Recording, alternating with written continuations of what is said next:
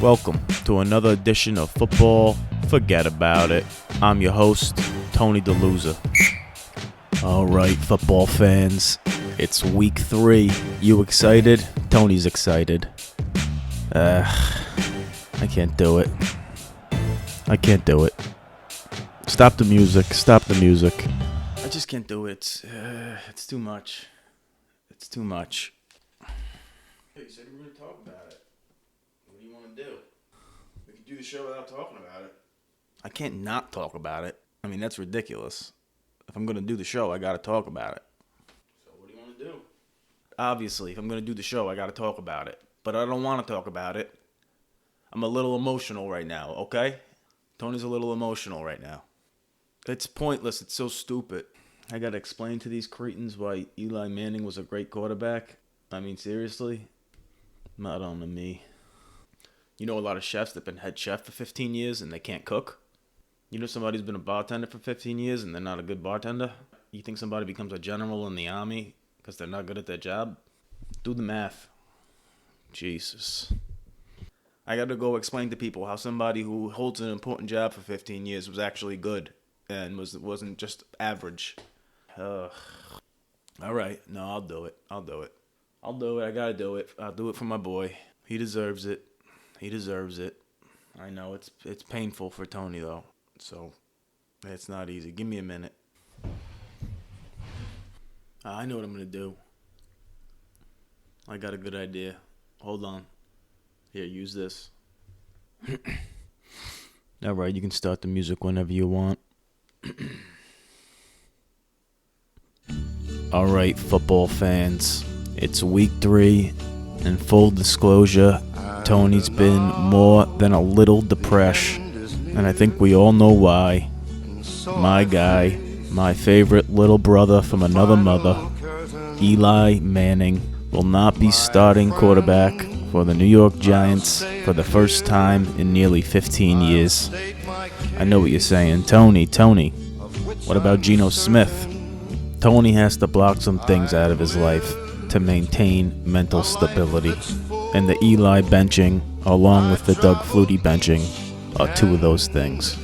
Whenever I think of that Magnum PI wannabe, pathetic excuse for a coach, don't get me started. Anyway, think about that, seriously. Eli Manning played quarterback in the NFL for 15 years, and he never missed a game. I can barely get out of the bed most mornings, and nobody's laid a hand on Tony in nearly 20 years. I don't know how he did it. It's absolutely remarkable. I mean, 15 years starting quarterback in the NFL. He didn't always have the best offensive line either. He should get in the Hall of Fame just for that. Oh yeah, he also beat Bill Belichick and Tom Brady, not once, but twice, in the Super Bowl. And while doing so, also earned 2 Super Bowl MVPs. I don't want to hear it. He had a good defense. Oh my goodness. Oh, his defense was so good. Oh my God. Justin Tuck, Osi Umenyiora, Michael Strahan, Chris Canty.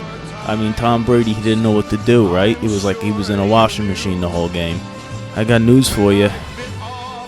Justin Tuck, Osi Umenyiora, Michael Strahan never threw a pass in their lives. They didn't complete those passes in the 4th quarter, in Lambeau Field, in the freezing cold, with the most pressure a human being could possibly be under. They didn't make those throws. Eli Manning made those throws. Oh, and yeah, here's another thing. Eli Manning made those throws. Not Peyton Manning and not Archie Manning. Eli Manning isn't considered a great quarterback because of his last name, his pedigree, because he's a 2-time Super Bowl champion and Super Bowl MVP. See, it gives me agita just talking about it. And it's not even the fact that he beat those cheating rat bastard Patriots twice.